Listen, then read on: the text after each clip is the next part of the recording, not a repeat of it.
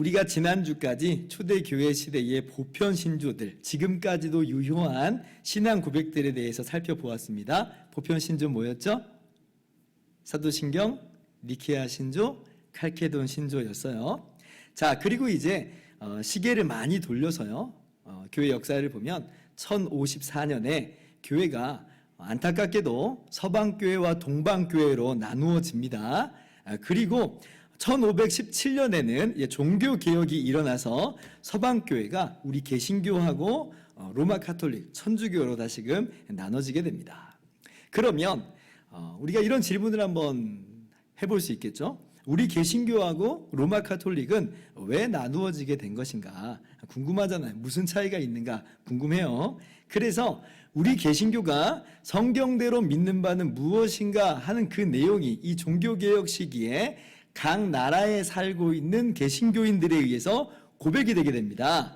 프랑스에서는 프랑스 신앙 고백, 스코틀랜드에서는 스코틀랜드 신앙 고백, 네덜란드에서는 벨직 신앙 고백, 독일에서는 하이델베르그 신앙 고백, 스위스에서는 스위스 신앙 고백, 각 나라와 민족이 성경대로 우리는 이렇게 믿습니다 라고 하는 그런 내용으로 고백하는 거, 제가 루터파 신앙 고백은 빼고 지금 우리 개혁파 신앙 고백만 말씀드린 거예요. 그리고 영국에서는 바로 이 웨스트민스터 신앙 고백이 1647년에 나오게 됩니다. 이 신앙 고백들 다 좋아요. 정말 다 좋아요. 그리고 저마다 특징들이 좀 있습니다. 그래서 이 신앙 고백들을 보면 우리 개신교인들이 성경대로 무엇을 믿고 있는지를 우리가 잘 알 수가 있어요. 그리고 그 중에서도 사람마다 이제 평가가 조금 다를 수는 있겠지만, 이야, 이 신앙 고백은 정말 성경을 포괄적으로, 체계적으로 잘 요약해서 고백하고 있구나. 성경 안에서 우리의 신앙 체계를 정말 잘 이야기하고 있구나 라고 하는 신앙 고백이 있겠죠. 그래서 우리 합신교단, 우리 교단이 합신이에요. 장로교 합신이에요. 합신교단을 포함한 한국 장로교에서는 그 중에서도 웨스트민스터 신앙 고백을 우리 한국 교회의 신앙 고백으로 받아들입니다. 우리 한국 장로교회가 뭘 믿느냐라고 말할 땐 우리는 웨스트민스터 신앙 고백을 따라서 성경대로 이렇게 믿습니다 라고 하는 것이 우리의 신앙 고백의 내용이에요. 그리고 이제 하이델베르그 신앙 고백을 참조하는 신앙 고백으로 받아요. 그래서 우리가 장로교인이니까 우리가 웨스트민스터 신앙 고백은 알 필요가 있어요. 그러면 자, 웨스트민스터 신앙 고백이 뭐냐? 뭐 별다른 아주 특이한 신앙 고백이냐? 아니, 그렇지 않고요. 오히려 초대교회 때의 보편 신앙 고백의 연장선으로 보면 이해하기 쉽습니다. 여러분, 보편 신조가 제가 지난 시간에 말씀드리기를 뭔가 다른 이야기 하자는 거 아니었죠? 성경대로 이야기하고 성경대로 믿는 것이다. 이게 보편 신조였어요. 마찬가지예요. 웨스트민스터 신앙 고백도 마찬가지예요. 성경대로 이야기하고 성경대로 믿는다. 근데 이제 로마 카톨릭이 엉뚱하게 나가니까 우리는 그렇게 믿지 않고 성경대로 이야기하고 성경대로 믿는다 라고 고백하면서 나온 것이 바로 이 신앙 고백들이고, 특별히 우리 한국 장로교회는 웨스트민스터 신앙 고백을 그렇게 받아들인다라고 하는 거죠. 그런데 이 내용이 이제 훨씬 더 방대합니다. 초대교회 시대 때의 그 보편 신조보다는 내용이 방대해요. 쉽게 외울 수 있는 그런 분량은 아니에요. 소책자 정도 되는 그런 분량이니까 좀 분량이 있죠. 그러다 보니까 이 이제 긴 분량이 장점이 되기도 하고 또 단점이 되기도 합니다. 어떤 면에서 장점이 되겠어요? 분량이 늘어난 만큼 더 풍성하죠. 사도신경이나 니케아 신조나 아주 훌륭하고 탁월한 신조지만 성경에 정말 많은 내용들을 다 풍성하게 담아내지는 않고 아주 핵심적인 부분만 지금 이야기하고 있잖아요. 그런데 지금 이 웨스트민스터 신앙 고백은 소책자 정도의 분량이니까 그것보다 더 풍성하고 아주 더 정말 탁월한 그런 내용들이 그 안에 또 담겨 있는 것이에요. 장점입니다. 그런데 단점이 되는 부분도 있어요. 왜 그래요? 길면 어때요? 어때요? 사람들이 잘 안 봐요. 잘 안 봐요. 관심 있는 사람 아니면 굳이 알려고도 하지 않아요. 그래서 우리 한국 장로교회만 해서 보세요. 웨스트민스터 신앙 고백이요? 목사님 저 처음 들어봤는데요. 이런 분들도 있어요. 목사, 장로, 집사 선서할 때 어떻게 선서하냐면 나는 웨스트민스터 신앙 고백대로 믿고 따릅니다 라고 하는 내용이 있어요. 근데 그걸 배운 적이 없는 거예요. 들어본 적도 없어요. 물론 임직을 앞두고 잠깐 배우긴 합니다만은, 근데 그렇게 잠깐 배우고 지나가기에는 우리가 어때요? 한 번 그냥 들어서는 기억도 안 되고 이해도 잘 안 돼요. 그냥 형식적인 그런 시간으로 흘러가 버리기가 너무나 쉽다 하는 것입니다. 그래서 웨스트민스터 신앙 고백을 길기 때문에 좀 정기적으로 가르칠 필요가 있어요. 안 그러면 정말 형식적으로 그런 게 있다고 하더라고. 그러고 지나버리기가 너무나 쉽다라고 하는 것입니다. 그래서 우리가 이 웨스트민스터 신앙 고백을 정기적으로 가르친다는 것은 우리가 성경대로 믿는 바를 체계적으로 가르친다는 것이고, 그렇게 해서 성경 전체를 바르게 볼 수 있는 관점을 열어준다고 하는 것이고, 그렇게 됨으로 우리의 신앙이 성장한다는 거예요. 우리의 신앙이 견고해진다는 거예요. 그래서 주변에 이단이나 유혹들이 많지만 그런 것에 미혹되지 않도록 장성한 분량으로 신앙인으로 성장하게 하는 것이 바로 우리가 신앙 고백서를 이렇게 나누는 그런 목적이라 할 수 있는 거죠. 목사님, 근데 우리는 오늘 웨스트민스터 신앙 고백서를 다루고 있는 게 아니라 웨스트민스터 소요리 문답을 함께 나누는 시간으로 모였잖아요. 근데 왜 신앙 고백서 이야기를 하세요? 맞아요. 웨스트민스터 오늘 소요리 문답을 하는 시간입니다. 그런데 여러분, 이 웨스트민스터 신앙 고백서하고 웨스트민스터 소요리 문답하고 이게 뭐 다른 이야기를 하자는 게 아니에요. 쉽게 말씀드리자고 한다면 이 요리 문답이라고 하는 건 뭐냐면 신앙 고백서의 그 내용을 체계적으로 가르치고자 작성된 게 요리 문답이에요. 다른 얘기 한다는 게 아닙니다. 그래서 쉽게 가르치는 도구로서 요리 문답을 제시하고 있어요. 그래서 문답이 뭐예요? 묻고 답하는 형식을 지금 취하고 있다는 거예요. 이 묻고 답하는 형식을 통해서 신앙 고백서의 내용을 쉽게 이해하자는 거죠. 그리고 대요리 문답이 있고 소요리 문답이 있어요. 우리가 소요리 문답을 하잖아요. 대요리 문답은 분량이 좀 더 긴 거, 그걸 대요리 문답이라고 해요. 그래서 그렇게 긴 것은 목사 후보생이나 성인들을 주로 대상으로 한 것이고, 소요리 문답은 짧아요. 정말 더 짧아요. 그래서 이것은 청소년이나 또 초신자를 대상으로 짧게 간략하게 추려서 그렇게 문답으로 가르치고자 하는 것이죠. 그래서 여러분, 어느 것이 그러면 더 유명하겠어요? 대요리 문답이 유명할까요? 소요리 문답이 유명할까요? 소요리 문답이 유명해요. 왜요? 짧으니까. 짧으니까. 그래서 우스갯소리로 설교도 짧아야 된다, 뭐 그런 이야기가 있습니다. 그래서 우리가 오늘 소요리 문답을 배우는 것은 사실 이 소요리 문답을 통해서 우리 장로교 신앙 고백을 나아가서 성경대로 알고 성경대로 믿는 바를 다시 한번 확인하는 시간이다라고 하는 것을 여러분이 아시면 되겠습니다. 근데 여러분, 사실 이 소요리 문답이 그렇게 생소하지만은 않아요. 왜 그러냐면 여러분 한번 사실 배운 적이 있어요. 물론 우리 교회가 예전에 한번 했습니다만 그거 말고 신앙생활을 장로교회에서 처음 하신 분이라면 이 소요리 문답이 그렇게 어색하거나 생소하지만은 않아요. 왜 그럴까요? 아세요? 그 이유를? 맞아요. 세례 받을 때 우리가 배웠던 내용이, 그때 나눴던 내용이 바로 소요리 문답이에요. 우리가 세례를 받기 전에 6개월 동안 교육하는 기간을 갖잖아요. 학습교인이 돼서 6개월 동안 교육 기간을 갖는데 그 기간 동안에 소요리 문답을 배운 거예요. 우리 교회는 특별히 마지막 5주간을 집중적으로 이제 교육을 시킵니다. 그 내용이 소요리 문답 내용이에요. 그래서 소요리 문답을 사실은 여러분도 한 번쯤은 다 들어보셨다라고 하면 그런 것으로 아시면 되겠습니다. 자, 그럼 서론은 난 이 정도만 하고 본격적으로 이 소요리 문답으로 들어가 봅시다. 소요리 문답은 총 107개의 문답으로 되어 있습니다. 그리고 크게 세 부분으로 나눠 보면요, 1번 질문부터 3번 질문까지가 서론이에요. 서론. 그리고 4번 질문서부터 38번 질문까지가 1부. 그리고 39번서부터 107번까지가 2부예요. 2부.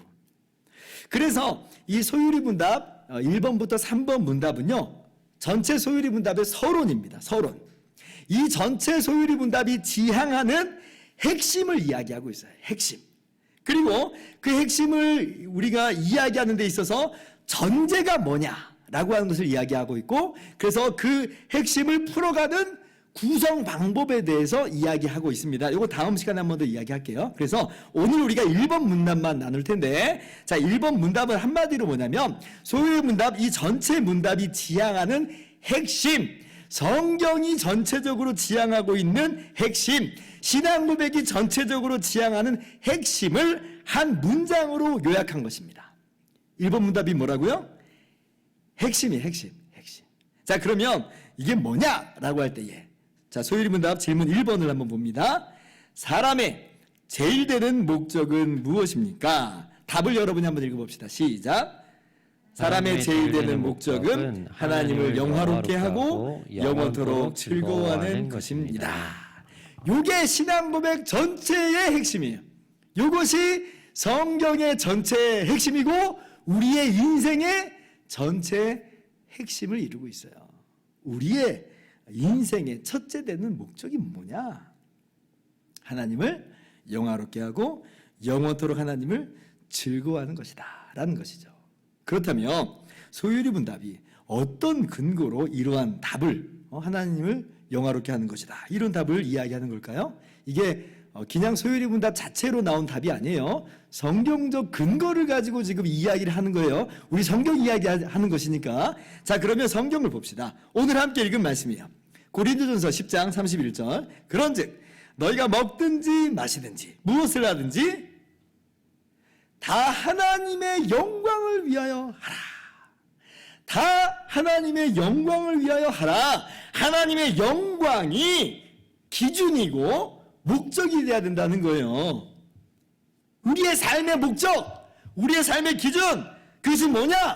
하나님의 영광이다. 반대로 뒤집어 보면 우리 삶 속에서 하나님의 영광을 위한 것이 아니라면 그것은 올바른 삶의 모습이 아니라고 하는 거죠. 아니, 세상에 먹는 것도 하나님의 영광하고 관련이 있어요? 마시는 것도 하나님의 영광하고 관련이 있어요? 예, 성경이 말하는 바가 관련이 있다는 거예요. 그 모든 것이 하나님의 영광하고 관련이 있고 또 관련이 있어야 된다는 겁니다. 우리 삶의 모든 선택들, 우리 삶의 모든 시간들 전부 다 오직 하나님께 영광이라고 하는 것에 초점이 맞춰줘야 된다는 거예요. 왜 그럴까요? 그러면 왜 그럴까요? 이유도 모르고 그런가 보다 할 수는 없어요. 이유를 모르면 이게 정말 우리 마음에서부터 고백도 안 되고 그렇게 살 수도 없는 노릇이고 그냥 그렇게 살아야 된다 그러면 그냥 무거운 짐이 돼버려요. 이유를 알아야 돼요. 자, 왜 그럴까요? 왜 하나님께 영광 돌리는 것이 우리의 인생의 제일 되는 목적일까요? 왜 우리의 인생의 목적이 우리의 삶의 기준이 되는 것일까요? 그렇죠. 크게 이것은 두 가지로 생각을 해볼 수가 있습니다. 첫째는 하나님께서 바로 우리의 창조주가 되시기 때문에 그렇죠. 창조주, 우리를 창조하시고 그러므로 우리의 주인이세요. 창세기 1장 26절 이하를 봅시다. 하나님이 이르시되 우리의 형상을 따라 우리의 모양대로 우리가 사람을 만들고 그들로 바다의 물고기와 하늘의 새와 가축과 온 땅과 땅에 기는 모든 것을 다스리게 하자 하시고 27절 같이요. 하나님이 자기 형상 곧 하나님의 형상대로 사람을 창조하시되 남자와 여자를 창조하시고. 여러분, 우리는 그냥 갑자기 하늘에서 뚝 떨어진 존재가 아니에요. 우리는요 하나님이 만드신 존재들이에요. 하나님이 천지 만물을 창조하셨고 그리고 우리도 만드신 거예요. 그런데 특별히 사람을 만드실 때는 만물 중에 하나이지만 만물 중에서도 정말 탁월하게 지으셨어요. 어떻게 해요? 하나님의 형상대로 지으셨다. 성경이 이야기합니다. 자, 그렇다면 하나님께서 우리를 창조하셨고 그렇게 우리의 주인이시라고 할 때에 지음받은 우리들의 마땅히 할 바가 뭐겠어요? 두 말 하면 잔소리죠. 하나님께 영광을 돌리는, 우리를 지으신 분, 우리의 주인이신 하나님께 영광 돌리는 것이 우리의 마땅히 해야 될 바입니다. 너무 당연한 이야기예요. 요한계시록 말씀도 봅니다. 요한계시록 4장 11절 보면 우리 주 하나님이여 영광과 존귀와 권능을 받으시는 것이 합당하오니 주께서 만물을 지으신지라 만물이 주의 뜻대로 있었고 또 지으심을 받았나이다 하더라. 하나님은 영광 받으시기 합당하십니다. 영광 받으셔야 마땅합니다. 왜냐? 왜 그래요? 만물을 지으셨기 때문이다. 그죠? 그러니 만물이 하는 일이 뭐예요? 만물이 무슨 일을 해야 되겠어요? 하나님께 영광을 돌리는 게 마땅한 거예요. 하나님이 지으신 만물은 사실 그것을 하고 있어요. 하고 있어요. 시편 말씀, 시편 19편 1절이에요. 하늘이 하나님의 영광을 선포하고 궁창이 그의 손으로 하는 일을 나타내는도다. 지금 하늘이 의인화돼서 표현되고 있죠. 만약에 하늘에게 인격이 있다면 정말 그렇게 하나님께 영광을 돌리고 있을 것이에요. 근데 하늘은 인격적인 존재가 아니잖아요. 그래서 이 선포한다는 표현은 하늘은 지금 하나님의 영광을 드러내고 있다. 드러내고 있다. 하나님이 계신 만물은 하나님의 영광을 드러내고 있어요. 이것이 바로 지음받은 만물의 마땅한 모습이다라고 하는 거죠. 그래서 로마서 11장 36절은 이렇게 말합니다. 같이 한번 읽어봅시다. 시작. 이는 만물이 주에게서 나오고 주로 말미암고 주에게로 돌아감이라. 그에게 영광이 세세에 있을지어다. 아멘. 만물의 목적이 뭐냐? 오직 하나님께만 영광을. 그렇다면 여러분, 이게 비인격적인 만물조차도, 즉 하늘조차도, 궁창조차도 하나님의 영광을 나타낼진데, 하물며 하나님의 형상대로 가장 존귀하게 지음받은 우리 인간은 어떻게 해야 될까요? 더욱더 하나님의 영광을 드러내고 더욱더 하나님께 영광을 돌려야 마땅하지요. 마땅하죠. 이 너무나 당연한 진리를 어떻게 보면 제가 이렇게 지금 장황하게 말씀드리고 설명하는 이유는 왜 그러냐면, 그런데 안타깝게도 우리 사람들은 어때요? 하나님의 영광이라고 하는 것을, 하나님께 영광 돌린다고 하는 것은 내 인생의 최고의 목적으로 삼지 않고 있기 때문에 그래요. 하나님께 영광 돌리는 걸 우리의 인생의 제일의 목적으로 우리가 살면서 살아가요?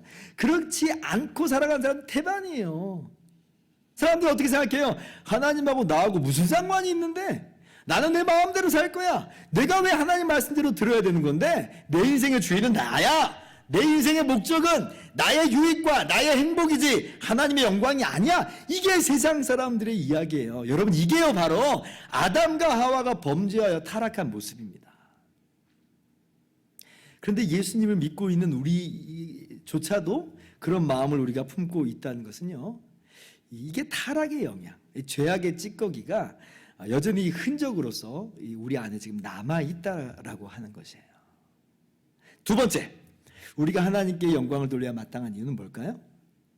하나님께서 그렇게 죄에 물든 우리를, 타락하여 범죄한 우리를 구원하여 주시더라.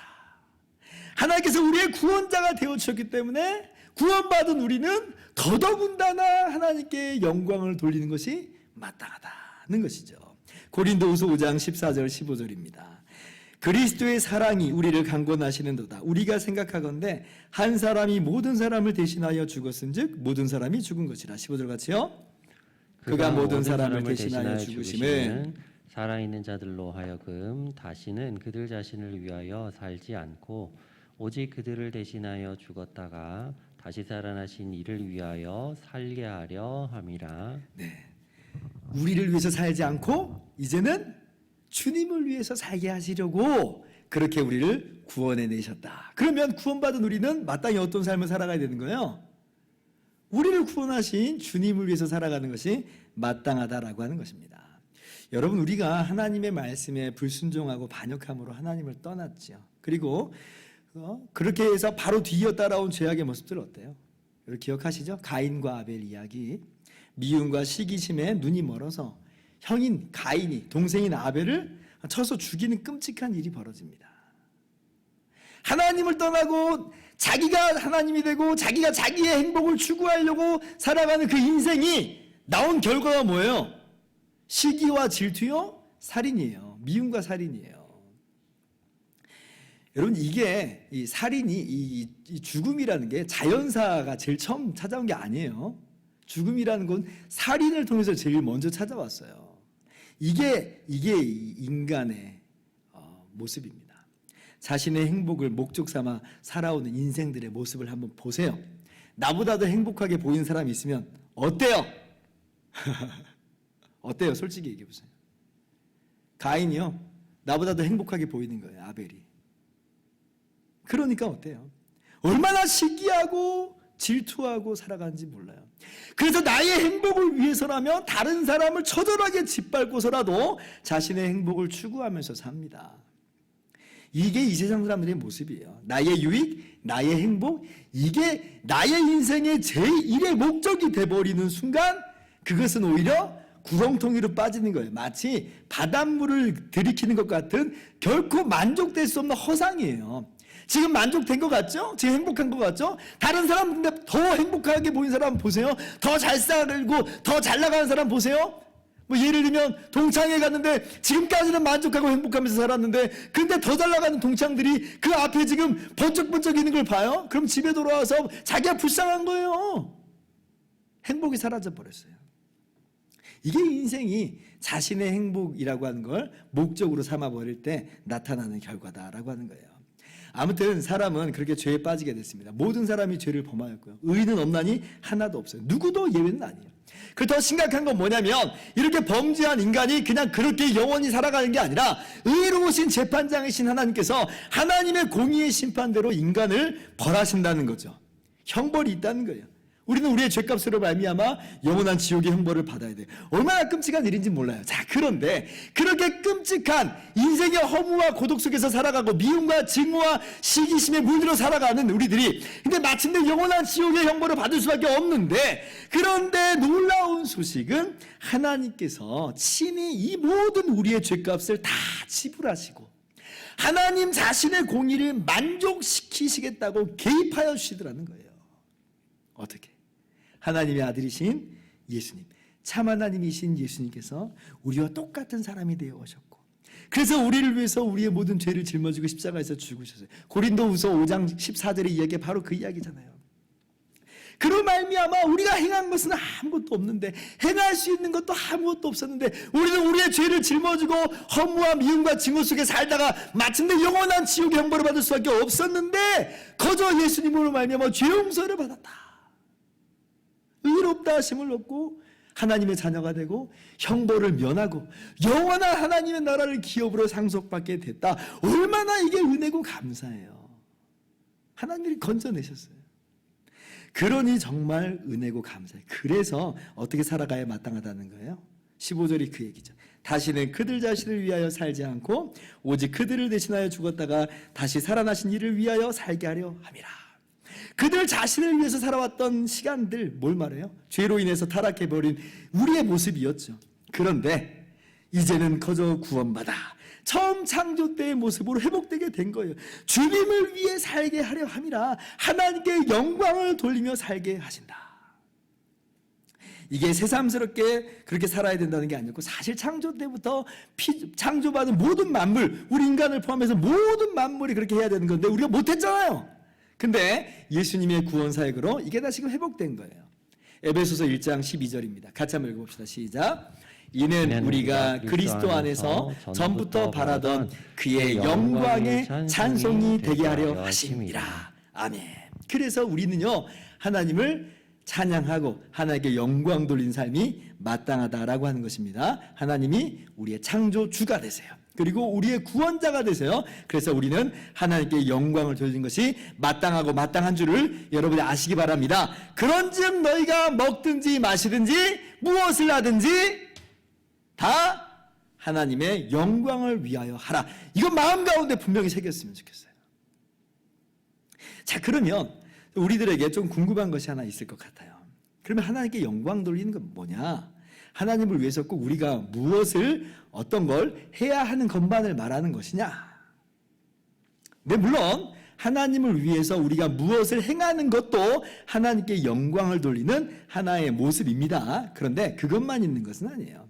그래서 우리 소유리 문답이 바로 뒤이어서 어떤 말을 덧붙여 놓냐면 하나님을 영화롭게 하고 영원토록 즐거워하는 것이다. 그러죠? 그러니까 영원토록 즐거워하는 것, 그것도 하나님을 영화롭게 하는 모습이다라고 하는 거예요. 그래서 그 소유리 문답이 근거 구절로 어떤 말씀을 인용하고 있냐면 시편 73편 24절부터 28절을 인용하고 있습니다. 교독할게요.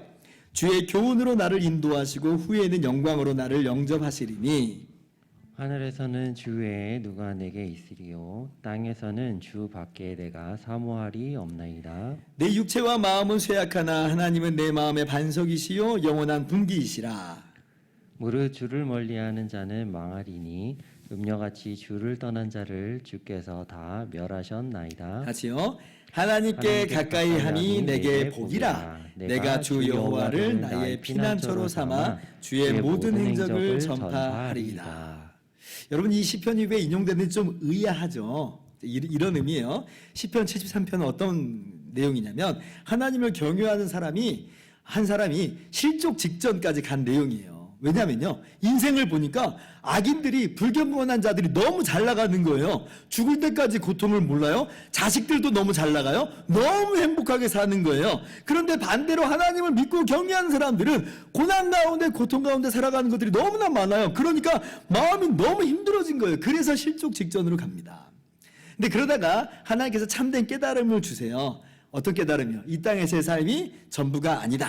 이 땅에서의 삶은 마치 신기루와도 같이 없어지게 될 것이라는 거예요. 하나님께서 참으로 이루시는 새하늘과 새 땅이 그것이 정말 영원한 참된 삶인 줄을 깨달아요. 그리고 하나님의 자녀들은 그런 영광을 누리게 되고 악인들은 영원히 그 삶을 누리지 못하고 완전히 망하게 된다는 걸 깨닫게 되는 거죠. 그래서 하는 말이, 나는 하나님이 그렇게 행하시는 일로 인해서 정말 감탄하고 그래서 만족합니다. 지금 눈에 보이는 거 바뀐 거 하나도 없어요. 그죠?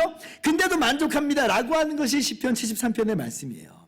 이 시편 기자가 지금 하나님을 위해서, 하나님의 영광을 위해서 뭔가 한다는 거 아닙니다.